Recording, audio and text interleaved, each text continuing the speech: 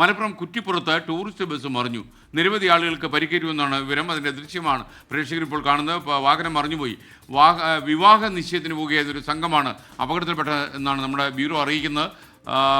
ഇപ്പോൾ സമീർ ബിൻ കരീം കൂടി നമുക്കപ്പോൾ മലപ്പുറത്ത് നിന്ന് ചേരുകയാണ്. ശരിക്കും പറഞ്ഞു കഴിഞ്ഞാൽ നമ്മുടെ കോഴിക്കോട് നമ്മുടെ ഫ്ലവേഴ്സിൻ്റെ പ്രോഗ്രാം ഫ്ലവേഴ്സ് മ്യൂസിക് അവാർഡ് കഴിഞ്ഞിട്ട് നമ്മുടെ ക്യാമറമാൻമാരായ ടി ഡി ശ്രീനിവാസും വിൽസും സഞ്ചരിക്കുന്നതിനിടയിൽ അവർ കണ്ടെത്തി ഷൂട്ട് ചെയ്തയച്ച ദൃശ്യമാണ് പ്രേക്ഷകർ ഇപ്പോൾ കാണുന്നത്. സമീർ, പറയൂ സമീർ, ഈ അപകടത്തിൻ്റെ വ്യാപ്തി എത്രത്തോളമുണ്ട്? ആളുകൾക്ക് പരിക്കേറ്റത് അത് സാരമല്ലെന്ന് വിശ്വസിക്കാനാണ് നമുക്ക് താല്പര്യം.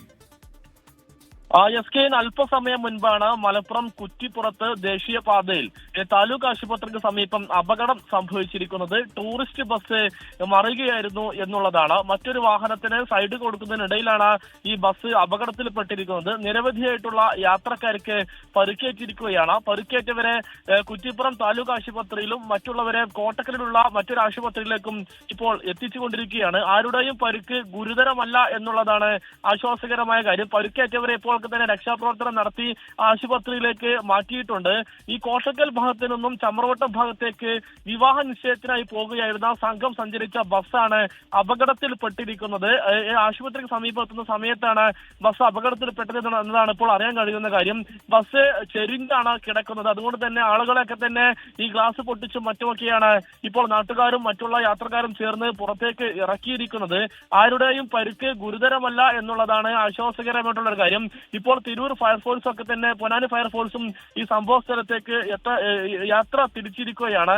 ഈ അപകടത്തിൽപ്പെട്ട മുഴുവൻ ആളുകളെയും ആശുപത്രിയിലേക്ക് മാറ്റിയിട്ടുണ്ട്. പരിക്കേറ്റ മുഴുവൻ ആളുകളെയും ആശുപത്രിയിലേക്ക് മാറ്റിയിട്ടുണ്ട്.